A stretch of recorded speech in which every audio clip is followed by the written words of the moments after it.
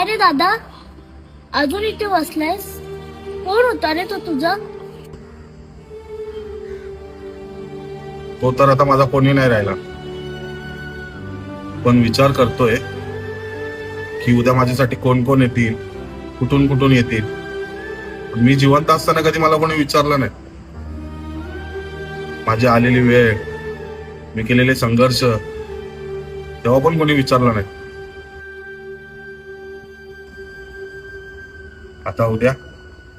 आता उद्या नको नको त्या गोष्टी घेऊन येतील, पण त्याचा काय फायदा आहे? त्या मी थोडी खाणार आहे. शेवटी त्याला कावळाच शिवणार आहे ना.